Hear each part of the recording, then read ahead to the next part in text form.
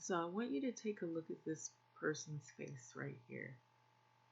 And this is no slip and fall. It wasn't an accident. For those of you, if you've been really in tune with what's going on, this is an act of war.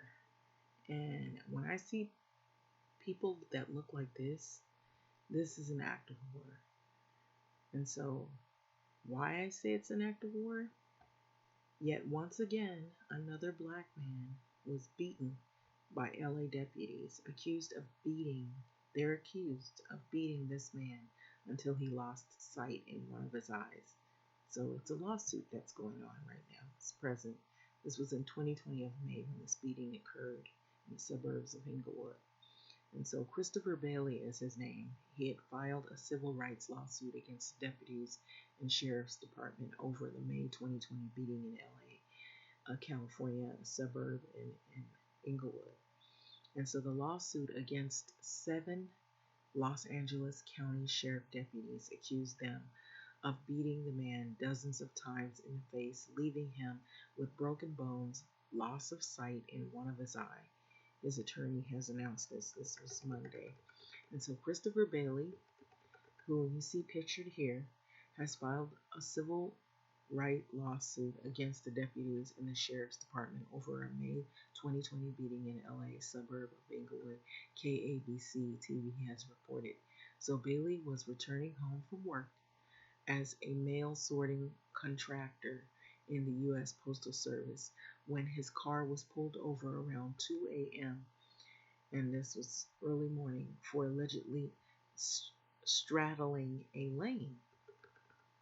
So attorneys for Bailey said that he was attacked even though he complied with the deputy officer's orders, although a police report said that he resisted arrest, KABC TV reported. Little did they know that Christopher Bailey was also related to someone who happened to be a former player, I believe. So he's also spoke out on the news earlier this week. So I goes on to say the article, I was screaming out that I wanted to live. I want to live. I really feared for my life and I thought I was going to die, Bailey said. And so we've seen this around the country multiple times, and it's gotten worse. Rather than gotten any better, it's gotten worse. It's before George Floyd, during George Floyd, and after George Floyd. So he sustained 64 to 86 total body and face hits. He was pummeled in the face approximately 35 to 44 times, attorney Tony Jaramillo said during the news conference. So Bailey has lost teeth. He suffered broken bones in his face, and he can't see out of one of his eyes, which is the left eye. Jamarilla said. And so Mr. Bailey recalls that he heard deputies say, pull his pants down, and he could feel tugging in his pants, and he was tasered in the lower abdomen near his groin area.